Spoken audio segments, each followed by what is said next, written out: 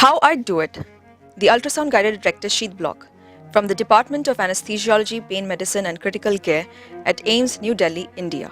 Hello everyone. Today we are performing the rectus sheath block on a 22-year-old woman with carcinoma ovary posted for exploratory laparotomy with a midline incision.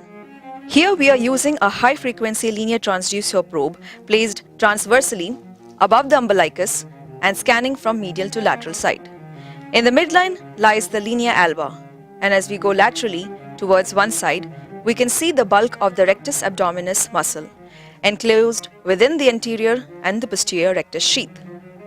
Posterior to the posterior rectus sheath lies the fascia transversalis, below which lies the peritoneum. The lateral border is formed by the linea semilunaris, which is the aponeurosis of the three famous lateral abdominal muscles, the external oblique, the internal oblique, and the transversus abdominis.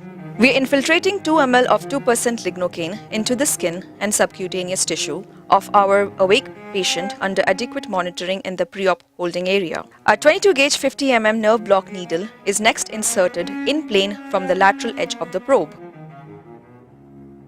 The first pop is felt as the needle is seen piercing the anterior rectus sheath and advanced forwards through the rectus muscle. The target site for local anesthetic deposition is deep to the rectus abdominis muscle but superficial to the posterior rectus sheath. 1 ml of normal saline is injected for hydrodissection. Oops, it is still intramuscular and so needs to be advanced further. Well, now you can visualize the posterior rectus sheath compartment open up beautifully, confirming the correct placement of the needle as indicated by the presence of an anechoic fluid collection. At this point, 15 ml of 0.375% ropivacaine and 1% lignocaine with 1 in 400,000 epinephrine in a 1:1 ratio is injected incrementally after negative heme aspiration, while observing for the expanding anechoic fluid collection. You can now see the clear separation of the deep border of the rectus abdominis muscle from the rectus sheath. Care should be taken not to exceed the maximum local anesthetic dosed, based on the weight of the patient. Also be careful to always visualize the needle tip to prevent any inadvertent entry into the peritoneum.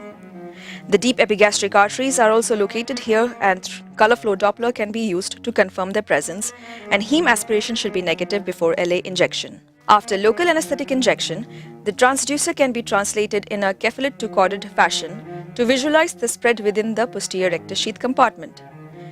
You can see the good spread even away from the site of injection. The same process is repeated on the contralateral side. The rectus sheath block provides somatic analgesia from the xiphoid process superiorly to the symphysis pubis for surgeries involving vertical midline or paramedian incisions.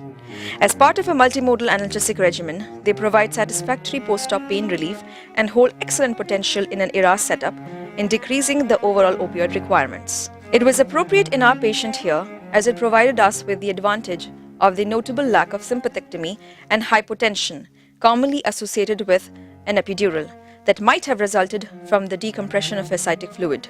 Thank you all for watching my video. Hope you liked it.